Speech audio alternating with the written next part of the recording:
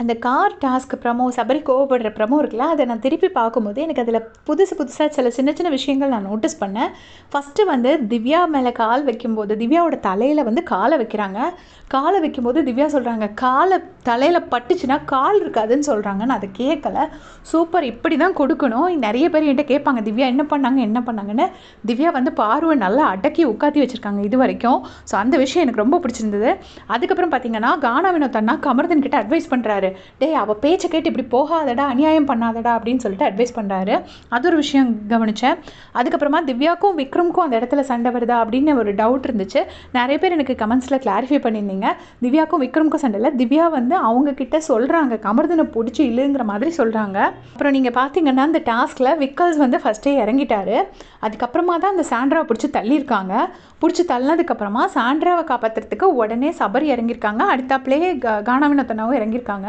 So இதில் சபரி வந்து லீடிங்கில் இருந்திருக்காரு. அதுக்கு முன்னாடி வரைக்கும் டாஸ்கில் வந்து 42 பாயிண்ட்ஸோட லீடிங்கில் இருக்கார்.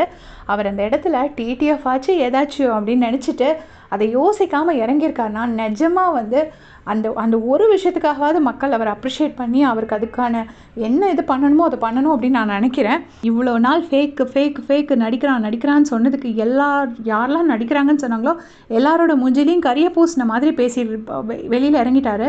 ஏன்னா டிக்கெட் ஃபினாலேக்காக எல்லாரும் அவ்வளோ எக்ஸ்ட்ரீம் போகிறாங்க. அதில் வந்து வின் பண்ண சான்சஸ் இருந்து அதை விட்டு கொடுத்து இறங்கியிருக்காரு. அண்ட் இன்னொரு விஷயம் என்னென்னா, கடைசியில் வந்து சொல்கிறாரு, கமருதீன் கிட்ட இல்லை, பாரு கிட்ட சொல்கிறாரு, இந்த மாதிரி ஒரு இதுக்காக ஒரு பொண்ணை தள்ளி விட்டுட்டியே, சாண்ட்ராவை தள்ளி விட்டியே பாரு, இனி இதே மாதிரி 10 நிமிஷத்தில் உன்னையும் தள்ளி விடுவா அப்படின்னு சொல்லிட்டு கமருதீன் கிட்ட சொல்கிறாரு. சொல்லிவிட்டு அரோரா கிட்ட நீ இறங்காதடி அப்படின்னு சொல்லியிருப்பாரு. அது ஏன் அரோரா கிட்ட சொன்னாருங்கிற கொஸ்டின் எனக்கு இருந்துச்சு. இப்போ தான் எனக்கு புரியுது. அரோரா வந்து அடுத்து லீடிங்கில் இருக்காங்க.